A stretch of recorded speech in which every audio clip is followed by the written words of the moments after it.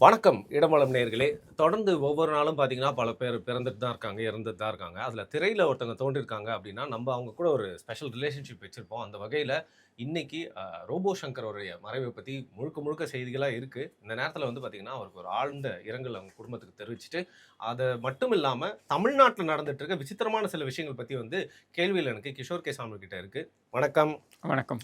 என்னதான் இருந்தாலும், நீங்க சொல்றீங்க பணக்கார வீட்டு பையன், கஷ்டம் தெரியாது, துணை முதல்வர் பதவிய வந்து தூக்கி குடுத்துட்டாங்க அப்படின்னு சொல்லிட்டு, முதல் ஆளா ரொம்ப எளிமையா போய் பார்த்தீங்கன்னா, வீட்ல போயிட்டு அவர் கையாலேயே அவர் வந்து மாலை போட்டு அஞ்சலி வந்து செலுத்துறாரு. மத்தவங்கலாம் காலால போட்டாங்க. ஏங்க நான் இத நான் டெய்லி பண்ற மாரி இன்னைக்கு ஹியூமரஸா இல்லங்க, போகணும். நான் ஹியூமரஸ்க்கு இல்ல. நீங்க தான் அந்த ஹியூமர ஆரம்பிக்கிறீங்க. இல்லங்க. அதாவது அவர் ஒரு கையாலேயே மனச போட்டாருன்னா இல்லங்க, கொஞ்சம் கூட அவர் ஈரமே இல்லையா உங்களுக்கு? இல்லங்க, எனக்கு ஈரம் இருக்கிறது இருக்கட்டுங்க.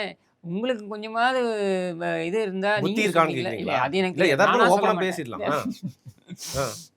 இதுக்கு மேல நான் சொல்றதுக்கு இல்ல. ஆனா இல்லங்க. நான் என்ன கேட்கிறேன்னா, முதல்ல வந்துட்டு let us start with the conversation with ஆழ்ந்த இரங்கல் சாரி. அவங்களுடைய குடும்பத்திற்கு. ஏன்னா ஒரு டேலண்டட் ஆர்டிஸ்ட். அ ரொம்ப சீக்கிரம் வந்து அவருடைய உயிர் பறி 46. போய்விட்டது அப்படின்றது வந்து ரொம்ப வருத்தமான ஒரு விஷயம். ஸோ அவருடைய குடும்பத்திற்கு நம்மளுடைய ஆழ்ந்த இரங்கலை தெரிவிச்சுப்போம். இப்போ நம்ம கிட்டத்தட்ட கருணாநிதி குடும்பத்துக்கு வருவோம். அதாவது என்னென்னா, அவர் கையாலேயே அவர் மாலையை சூட்டி இப்போ போட்டாருன்னாக்க, அப்புறம் இன்னும் மற்றவங்களாம் என்ன காலாலேயே போட்டு போனாங்க. எல்லாருமே கையால் தான் வந்து மாலையை போடுவாங்க, மலர் வளையத்தை வைப்பாங்க. இதெல்லாம் ஒரு பெருமைன்னு வந்து சொல்கிறீங்க. இல்ல அவரு இரங்கல் செய்தியும் ஒண்ணு வந்து வெளியிட்டிருக்காரு. ம்.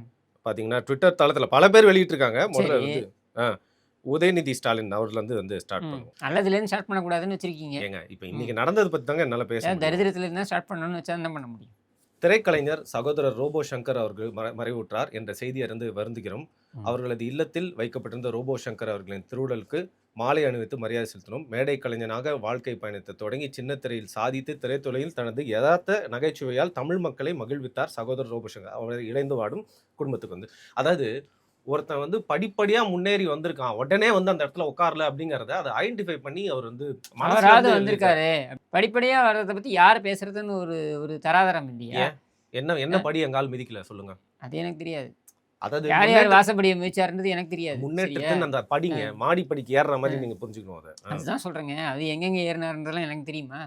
சரியா? ஆனா நான் கேட்கறது என்னன்னா, படிப்படியாக வந்தது குறித்து, வாழ்க்கையில் படிப்படியாக வந்தது குறித்து, சரியா? அப்படின்றது குறித்து பேசுவதற்கு தராதரம் இருக்கணும். இவன்லாம் என்ன பேசுறது? படிப்படியா வர்றத பத்தி? இவன் வாழ்க்கையில ஏதாவது ஒரு படிய பார்த்திருப்பானா? சொல்லட்டா நானு? சொல்லுங்க. ஃபர்ஸ்ட்டு வந்து பார்த்தீங்கன்னா வந்து ஒரு ஆன்டர்பிரினர். என்ன snow entrepreneur? Bowling, snookers snow இந்த பவுலிங் யார் அவர் உழைச்சு கொண்டு வந்து அத கட்டுனாரா? சரி அது ஒரு படி. அதுதான் அது என்ன படி அது? ஆன்டர்பிரினர்ங்க. அதாங்க தொழில் முனைவோர். எப்படிங்க ஆண்டர்பிரினர்னா என்னன்னு தெரியுமா? Entrepreneur is somebody who is building his own business by himself. சரியா? For example Varun is built up his company. என்னது? வருண் டாக்ஸ் அப்படின்னு ஒரு நிறுவனத்தை வருண் தன்னுடைய சொந்த உழைப்பின் ஒரு இதில நீங்க வந்து கொண்டு வரீங்க. இன்னைக்கு ஒரு ஸ்டுடியோ. இந்த ஸ்டுடியோவ பார்க்கும்போதே உங்களுக்கு ஒரு சந்தோஷம் இருக்கும். என்ன ஐஸ் வச்சு உதயண்ணாவ நான் மட்டும் உங்கள திட்டலாம்னு ஐஸ்லாம் நெனைக்காதீங்க. வைக்கலங்க. உங்கள ஐஸ் வைக்கிற அளவுக்குலாம் நீங்க ஒண்ணும் வருத்தம் கிடையாது. நான் என்ன இங்க சொல்ல வரேன்னா, பாருங்க. இல்லங்க இருங்க. நான் என்ன சொல்ல வரேன்னா, ஒரு ஸ்டுடியோ. புரொஃபஷனலா ஒரு நடந்துக்கோங்க. நான் ப்ரொஃபஷனலா தான் பேசுறேங்க. ஒரு ம். ஸ்டுடியோ, ஒரு கேமரா. நான் அப்படி வந்ததுனால நான் சொல்றேன். மேபி நீங்களும் அந்த எமோஷன்ஸ ஷேர் பண்ணியிருப்பீங்கன்னு நான் நெனைக்கிறேன். எனக்கு தெரியாது. If it is otherwise you can correct me. நம்மளுடைய சொந்த கேமரா வாங்குறோம். நம்மளுடைய சொந்த ஸ்டுடியோ. அது சின்ன ஸ்டுடியோவா கூட இருக்கலாம். 10x10, 5x5 கூட இருக்கலாம். ஆனாலும் என்னோடது அப்படின்னும்போது நான் உழைச்சிருக்கேன். நான் அத செஞ்சிருக்கேன் அப்படின்னு நினைக்கிறது இருக்கு இல்லையா? அந்த மாதம் ஆச்சுனாக்கா நம்ம அந்த சம்பளத்த கொண்டு போய் நம்மளுடைய குடும்பத்துக்கு கொண்டு போய் குடுக்குறது. நம்மளுடைய அப்பா, அம்மாவுக்கு கொண்டு போய் குடுக்குறது. இது என்னுடைய கான்ட்ரிபியூஷன் அப்படின்றது இருக்கு இல்லையா? அது எவ்வளோ பெரிய சென்ஸ் ஆஃப் அச்சீவ்மெண்ட்ன்றத நீங்க உணர்ந்திருப்பீங்க. ஏன்னா நீங்க ஒரு ரெஸ்பான்சிபிள் பர்சனா நான் பார்க்குறேன். சரியா? இந்த மாதிரி ஏதாவது இவன் அண்டர்கோ பண்ணியிருக்கானா? ஸ்னோ பவுலிங் என்ன இவன் உழைச்சு விழுந்து இவன் கொண்டு வந்து கட்டுனானா? இல்ல இவன் வந்து கடன் வாங்கி கொண்டு வந்து அத கட்டுனானா? தாத்தா கொள்ளையடிச்சது, அப்பன் திருடினது, இத எல்லாத்தையும் வச்சு நீ ஸ்னோ பவுலிங் வச்சிருந்த. இது ஆண்டர்பிரினர்ஷிப்பா? சரி இது ஆண்டர்பிரினரா அடுத்த இவன்? படி red giant movies. Red giant மட்டும் எங்கேருந்து வந்தது? இவன் என்ன அப்படியே எல்லா திரைத்துறையிலயும் இப்படி அப்படியே இவரு மாரி இந்த தேவர் ஃபிலிம்ஸ்ல தேவர் ஐயா வந்தார்ல ஒரு காலத்துல. அந்த மாரி வந்து இவன் வந்து அப்படியே உள்ளுக்குள்ள வந்து ஒண்ணு ஒண்ணா படிப்படியா உயர்ந்தானா? இன்னைக்கு ஒண்ணும் தமிழ் கிடையாது. சினிமாவ தூக்கி நிறுத்துறதே அதாங்க. அவர் போட்ட வெத. அவன் எங்கெல்லாம் விதைய போட்டுருக்கான்றத பத்தி நான் அன்னைக்கு பேசவே இல்ல. ஸ்டார்ட் பண்ண ரெட் ஜெயண்ட் மூவிஸ் தான் இன்னைக்கு அதாங்க. வந்து ரஜினி, கமல வச்சு படம் எடுக்க போறாங்க. யார வச்சோன்னா எடுக்கலாங்க. ஆட்சி அதிகாரம் இருந்தா நீ யார வச்சோன்னா எடுக்கலாம். ஆட்சி அதிகாரம் இருந்தால் இந்த பக்கம் லெஃப்ட் சைடில் ரஜினி உட்காருவார், ரைட் சைடில் கமல் உட்காருவாங்க. ஆட்சி அதிகாரம் தானே இருக்கணும். அது இல்லைன்னா நீ என்ன? உங்கள் தாத்தா பேரை எடுத்துரு, உங்கள் அப்பன் பேரை எடுத்துரு, நீ என்ன? உன்னை எவனா திரும்பி பார்ப்பானா? அங்கதான் அடுத்த படி வருது. இந்த ஒரு படி நடிகர், ஒரு நடிப்பு கலைஞன் நீ அப்படின்னு. நான் எத்தனை வாட்டி சொல்கிறது? அந்த நடிப்பை பற்றி நிறைய பேசிட்டோம். திரும்ப திரும்ப அதையே பேசணும் அந்த கன்றாவியை. நீ நீ நீ உன்னுடைய உழைப்பு நீ என்னடா இருக்கு அங்க? ஒன்றுமே கிடையாது. நீ உங்கள் அப்பன் உன் தாத்தா இந்த பேரை சொல்லிட்டு நீ வந்திருக்க, மற்றபடி நீ ஒன்றுமே கிடையாது. இதான் உண்மை. 50 வயசாக போகுது உனக்கு. இந்த 50 ஆண்டுகளில் 2 ஆண்டுகள் தான் இவ குறிஞ்சி அப்படின்ற அந்த ஒரு அமைச்சர் இல்லத்தில் வந்து இருக்கான். அதுக்கு முன்னாடி எங்கே இருந்தான்? செனட்டாபுரூரில் இவங்க அப்பனுடைய வீட்டில் இருந்தான். சரி, இப்போ அடுத்த படிக்கு வந்துருவோம். கலைஞர் அவர்கள் ரொம்ப நாள் வந்து அரசியலில் டிராவல் பண்ணதுனால வேற வழியே இல்லாமல் ஸ்டாலின் அவர்கள் ரொம்ப நாள் இளைஞர் அணி அதிலே டிராவல் பண்ணிட்டு இருந்தாரு. அதுக்கப்புறம் ஒரு உண்மையான இளைஞர் வந்து அந்த அணியை வழி நடத்தினார்னா அடுத்த படி எப்போ வந்தான்? உதயநிதி ஸ்டாலின். எப்போ வந்தான்? எப்போ என்ன ஸ்டாலினாவது ம். தன்னுடைய 20வது வயது அதில் இளைஞருக்குள்ளே வந்துட்டாப்புலன்னு சொல்லலாம். சரியா? இவன் எப்போ வந்தான்? உச்சத்துல இருக்கும்போது விட்டு வந்தாருங்க என்னத்தை சினிமால இருந்து. உச்சத்தில் என்னத்தை விட்டான்? கேரியரை விட்டு வந்தாரு. விஜய் சொன்ன விஜய் டைலாக் இப்போ மறந்துருமே அப்படியே என்கிட்ட பேசும்போது மட்டும். என்னது? அந்த கேரியர்ல இருந்து உச்சத்துல இருந்து விட்டு என்னங்க வந்திருக்காரு. உச்சத்தில் இருந்தான் அவன்? எனக்கு ஒன்றும் புரியலையே. அஞ்சிகாக்கு ஹேண்ட்பேக்கை நடிக்கிறது உச்சமா? மாமன்னன் படம் செம்ம இட்டுங்க. புரியல. மாமா பண்ணனா அந்த வடிவேலுக்கு முன்னாடி போய் ஒழிஞ்சிக்கிட்டான். இளைஞர் வடிவேலு அணி. வேட்டைக்கு முன்னாடி ஒழிஞ்சிக்கிட்டான். இளைஞர் அணி அதை அடுத்தது? பத்தி சொல்லுங்க. அதுதாங்க நான் சொல்ல வரேன். நீ உச்சத்தில் இருந்து எங்கே விட்டு வந்தான்னா உச்சத்தில் என்னத்தை விட்டான்? இல்லை விட்டதுனால உச்சத்துக்கு போனானா? என்ன அது உச்சம்? எனக்கு புரியலையே அது. உங்க கூட சேர்ந்து எனக்கு மைண்டே பொல்யூட்டட் ஆயிடுச்சு. அதுக்கு நீங்க என்ன ஏதோ பண்ண சொல்றீங்க, முடியும்? என் mind திமுகவை ஏதோ வருது. ஆதரிக்கிறீங்க. இதை விட ஒரு மைண்ட் பொல்யூட்டடாக ஒருத்தன் இருக்க முடியுமா? அதை விடவா நான் சொல்கிறது பொல்யூட் ஆயிடுச்சு? சரி, அடுத்தது. இப்போ என்ன நீ தான் எக்ஸ்பிளைன் பண்ணுங்க. ஹன்சிகாக்கு ஹேண்ட்பேக்காக நடிச்சது உச்சமா? இல்லை சந்தானத்துக்கு துணை நடிகராக நடிச்சது உச்சமா? இல்லை நயன்தாராவுக்கு ரிப்பன் கட்டி விட்டது உச்சமா?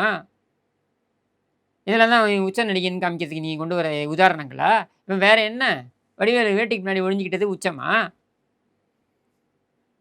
அவனும் அவன் நடிப்போம். இல்லைங்க, இப்போ கலைஞர்னா அந்த மஞ்சத்தொண்டு கண்ணாடி அடையாளம். ம். ஸ்டாலின் அவர்கள்லாம் கண்ணை மூடிக்கிட்டா அந்த தமிழ் அந்த எதுகை என்னது? முனையா பேசுற அந்த ஸ்பீச் என்னது? அடையாளம்.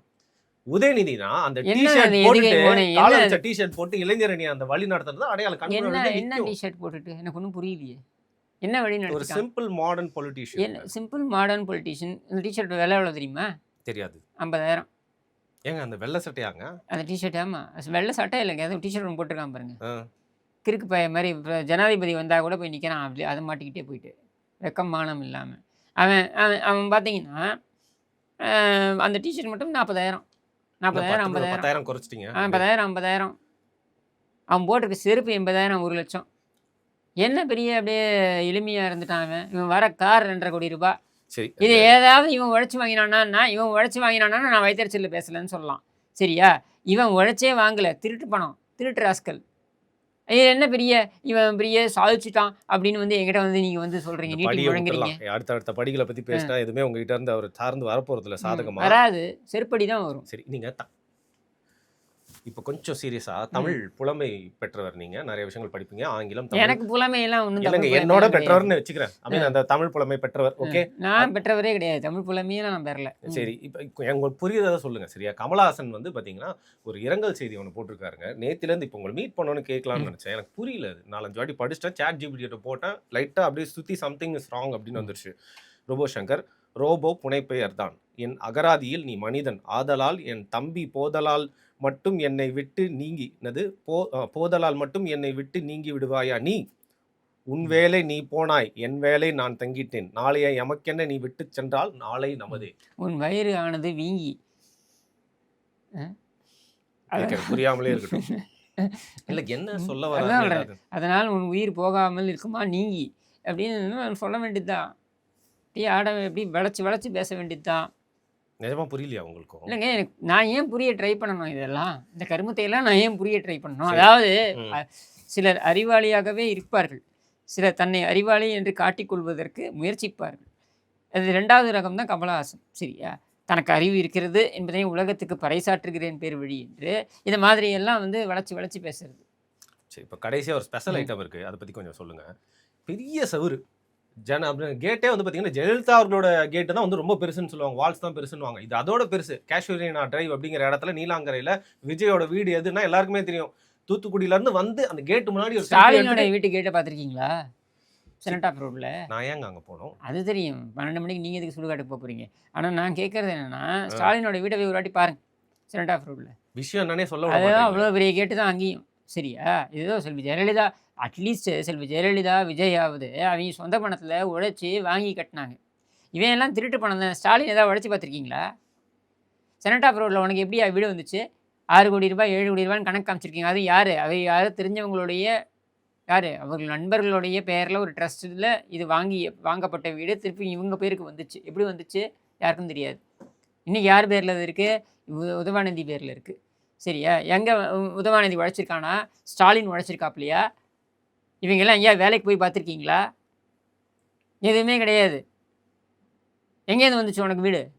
விஷயமே அது இல்லங்க. ஆ, விஜய் இல்ல நீங்க வீட்டுக்குள்ள கம்பேர் பண்ணி சொன்னீங்க சரி இல்லையா? அதனால விட்டுருங்க. நான் அவ்வளோ சொல்றேன். பெரிய வீட்ல அவன்லாம் அப்ப ஏங்க அவன் உழைப்பு, அவன் சம்பாதிக்கிறாப்புல, விஜய் சம்பாதிச்சாப்புல நான் 100க்கு விஜய குறையே 100 சொல்லலையே. ஆமா அவர் கேட்டு 100 அடி கூட வச்சுப்பாரு. உங்களுக்கு என்ன வந்தது? இல்லங்க கான்டெக்ஸ்ட் என்னன்னா, அவ்வளோ பெரிய வீட்டுக்குள்ள உங்களுக்கு தெரியும் இப்போ பிரிவு பாதுகாப்பு, போலீஸ், அவருக்கு பவுன்சரு, காவலாளிங்க எல்லாம் இருப்பாங்க. ஃபுல் அட்டென்ஷன்ல இருக்கும். அந்த வீட்டுக்குள்ள போய் ஒருத்தன் ஒரு நாள் தங்கி இருந்திருக்காங்க.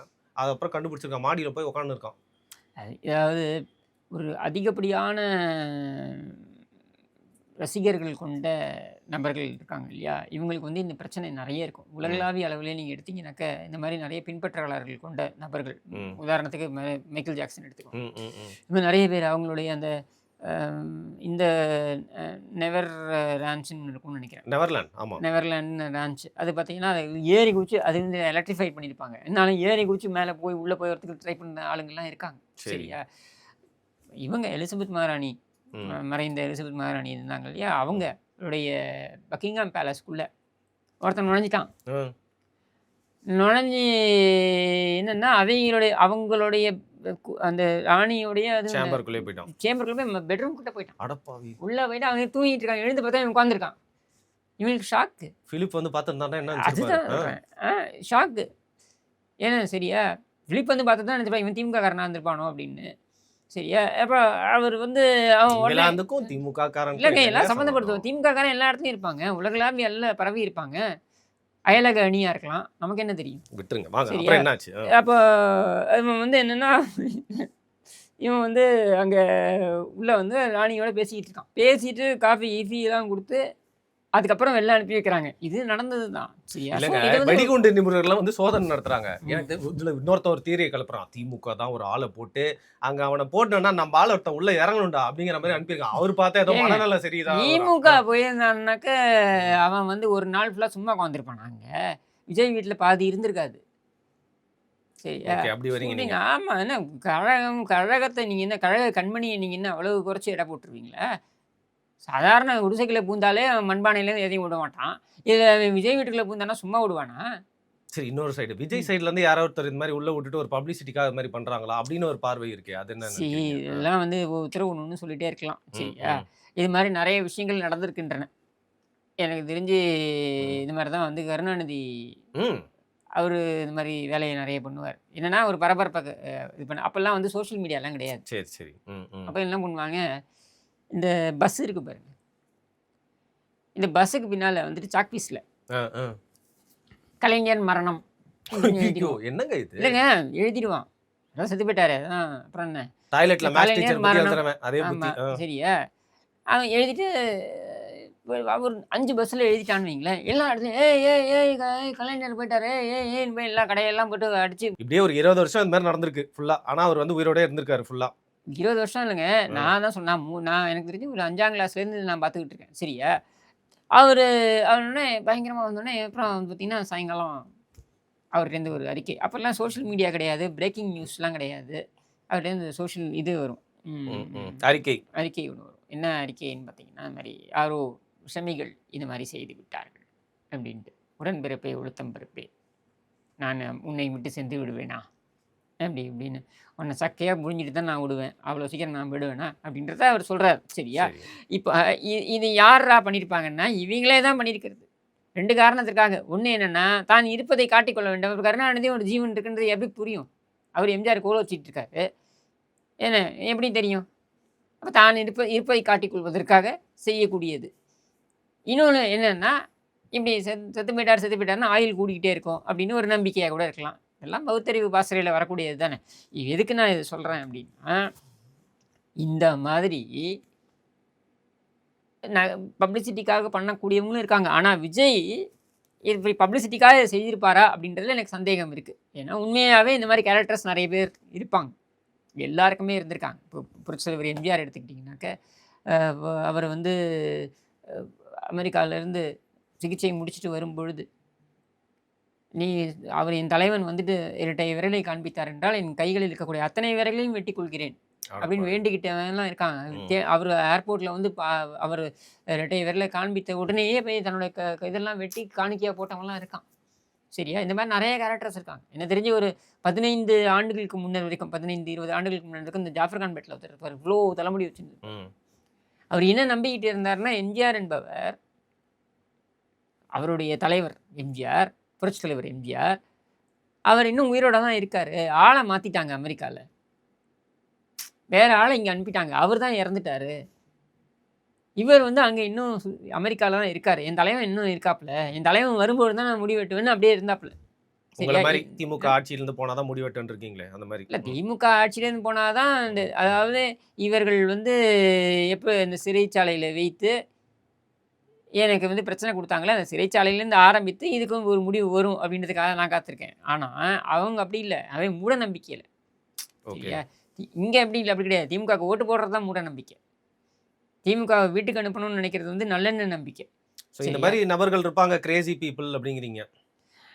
திமுகவுக்கு ஓட்டு போடுற கிரேசி பீப்பிள் இருப்பாங்கன்னா, திமுகவுக்கு வீட்டுக்கு அனுப்பணும் அப்படின்னு நினைக்கக்கூடிய நபர்களும் இருக்க தானே செய்வாங்க. இல்ல விஜய் வீட்ல போயிட்டு இந்த மாரி உட்கார்ந்தது அப்படிங்கிறது, ம். சரி anyway அவ அவ ஒரு சாட்டர்டே வந்து செய்தி சேனல்கள ஃபுல்லா அவரு கையில எடுத்துப்பாரு. இன்னைக்கு ஃப்ரைடேல இருந்தே அது வந்து ஆரம்பிச்சிருச்சு அப்படின்னு தான் வந்து எடுத்துக்கிறேன். இன்னைக்கு வந்து பார்த்தீங்கன்னா வந்து, நம்ம பேசுறதுக்கு இருந்த விஷயங்களுக்கான கேள்விகள நான் முன்னாடி வச்சேன். உங்களோட இனிமையான குரல்ல அழகான பதில்கள குடுத்தீங்க. திருப்பியும் அடுத்த எபிசோட்ல ஸ்டாலின் மாரியே இருந்ததா? இனிமையான குரல்லாம்? எடிட்டர் வெட்டியிருப்பா.